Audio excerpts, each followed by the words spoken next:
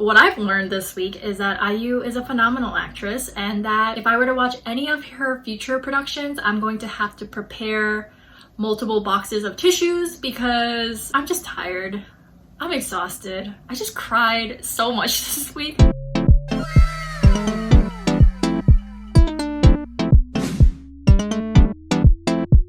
Hey guys, it's Lyd and welcome back to another episode of Lyd versus K-Drama. We are now at the end of our IU Binge Marathon. Thank you to all of you who have stuck around from start to finish. Just to quickly recap, part 1 was 나의 아저씨 or My Mister. Part 2 was Hotel del Luna. And now part 3, we are wrapping up Scarlet Heart Ryeo. I'm wearing all black today because I'm just sad.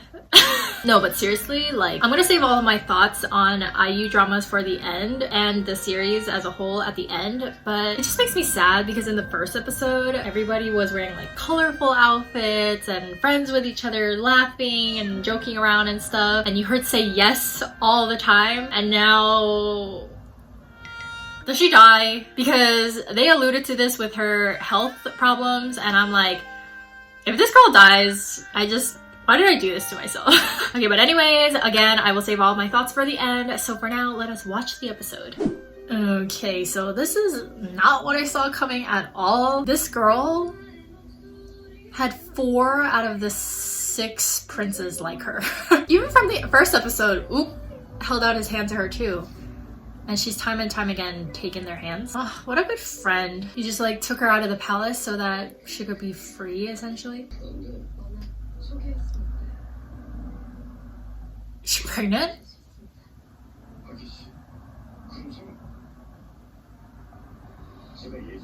What? Okay, here's what's gonna happen. So she's pregnant. It's So's baby. And then she's gonna give birth. And then she's gonna die.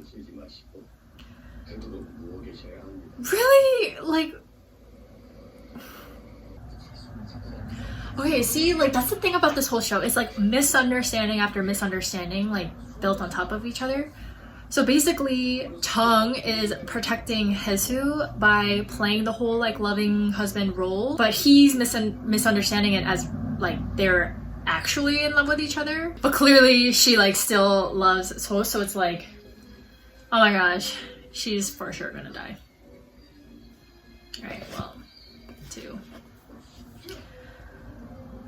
And he's probably gonna misunderstand it as Kang's baby. Oh my gosh. Oh, she's always like thought of him, wanted to be with him the whole time. This drama... Okay, I'll save my thoughts for the end, but I have lots of thoughts. Oh, the baby. He's just being so protective. He's basically telling her, like, tell everybody that the baby was, like, stillborn. Clearly is very healthy. Oh, and he's just gonna misunderstand. He's not gonna want to see her, and he's gonna regret it. Oh, she sent all those letters and he had ignored all of them. Boy, you're gonna regret it so bad. Oh, it's the song she sang. Oh, when everything was happy. Dang, this show is making me have like trust issues. They would turn such a wholesome, cute scene into heartbreak.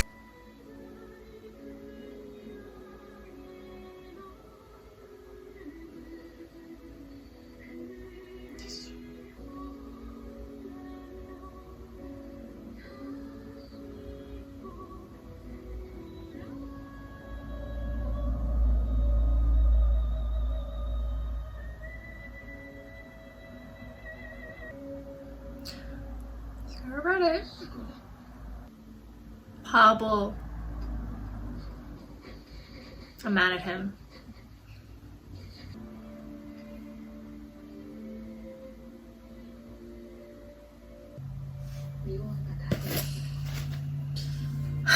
Oh, this is such a classic Korean drama. It's just like misunderstanding because they thought this and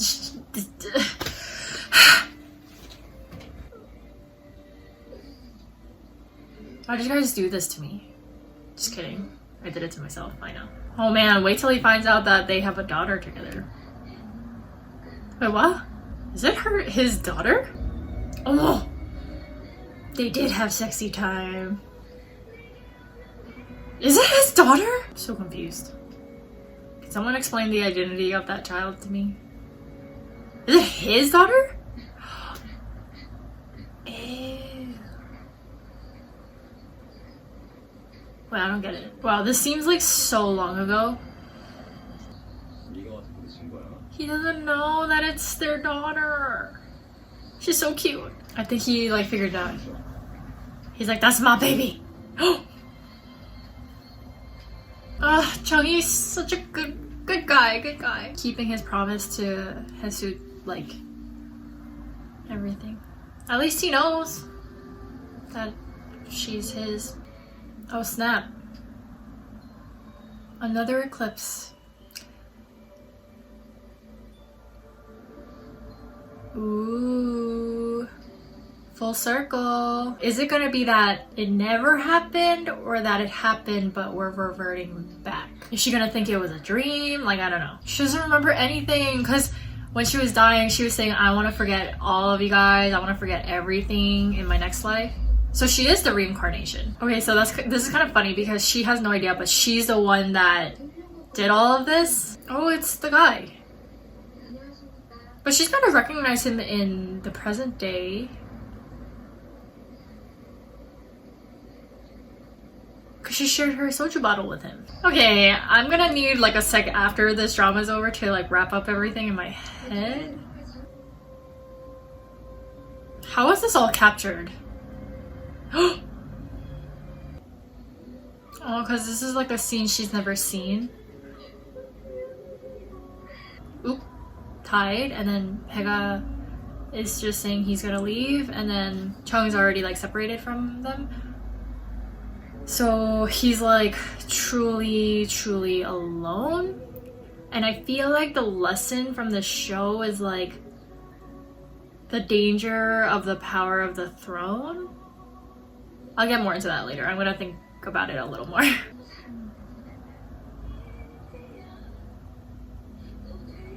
Oh, the contrast of the scenes, like the tone. Moral of the story is, if you wear eyeliner in Koryo-shide or the olden days, you might be a bad guy. That's my takeaway from this.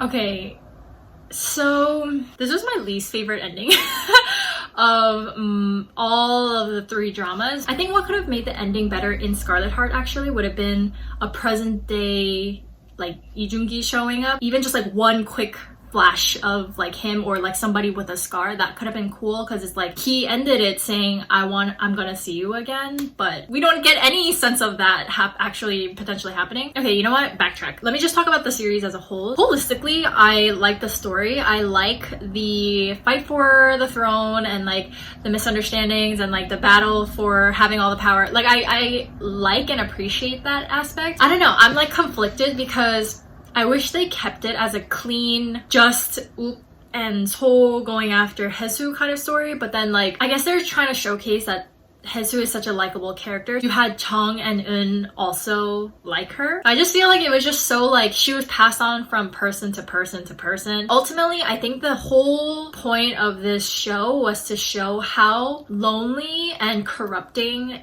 having power is, because you know, if you guys took AP Lit or any just like English class, you know that absolute power corrupts absolutely. And I think that's the point. Like, in everybody's thirst for power, they would do anything and everything to have it or keep it. We've seen multiple kings, so it was like half brothers, like when they were on the throne, they started to get like delirious of just the paranoia that somebody's out to get them and like kill them because they're the king. And so that's why they kept like trying to kill people. Anyone who seemed even remotely threatening to them, they would just kill them. And I feel like Seol unfortunately was no exception. Both him and Ook were trying to get to the throne because then they could have Haesu, but even when they were on the throne, their love for Haesu couldn't supersede their desire to keep power. I didn't cry that much in this episode, and I think it's because I cried a lot during episode, I want to say 16, or I forget which episode it was, but I cried the most when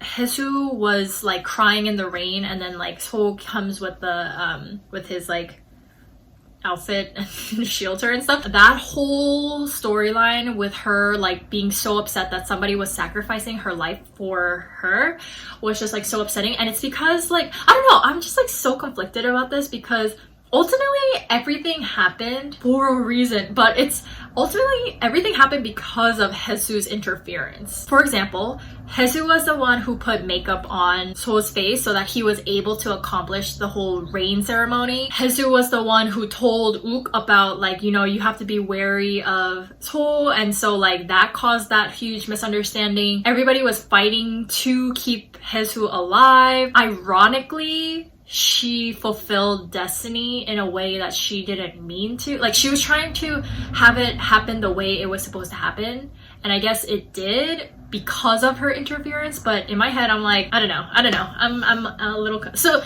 doesn't that mean she's caught in this like cycle over and over again? Like in the present, she goes back in the past and then does that whole thing, and then she gets reincarnated and lives in the present, and then she goes back to the past, and then she does that whole thing. It doesn't make sense. I don't know. That's the way I'm having it in my head.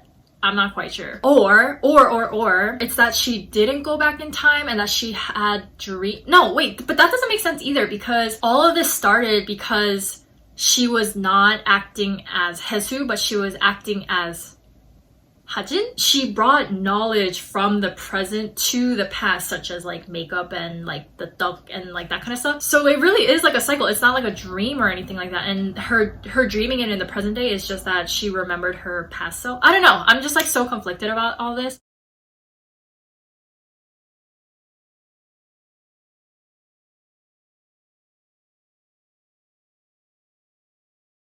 Overall, I really did enjoy the story. I thought IU did a great job in portraying this character. Also, I think, is this her first time being like a lead? I know that I'm definitely missing a lot of things, but yeah, I would really appreciate any and all comments about the series and your thoughts and interpretations about this, because there's definitely things that I've thought of throughout the drama while watching it, but I just don't remember now, or things that I just haven't thought of at all. So would love your input and help in just processing this whole drama. Just looking back at our IU series, I will have to say my Mister was all the way at the top for me. It was just like a life-changing drama, and I really have to reconsider my top 5 list. Maybe I'll make a top 10 list and make another video about that in the future. I honestly think I might put Scarlet Heart as number 2 and then Hotel de Luna as number 3. Not to say Hotel de Luna was bad or anything like that, but I think just, again, I don't like ghosts. Thank you guys so much for joining me on my IU Binge Marathon. It was so much fun. Let me know which other actor or actress I should binge watch in the future. Definitely not going to be doing a binge marathon anytime soon, but let me know in the comments down below who I should totally check out next. As always, thank you guys so much for watching, and I will see you guys next time.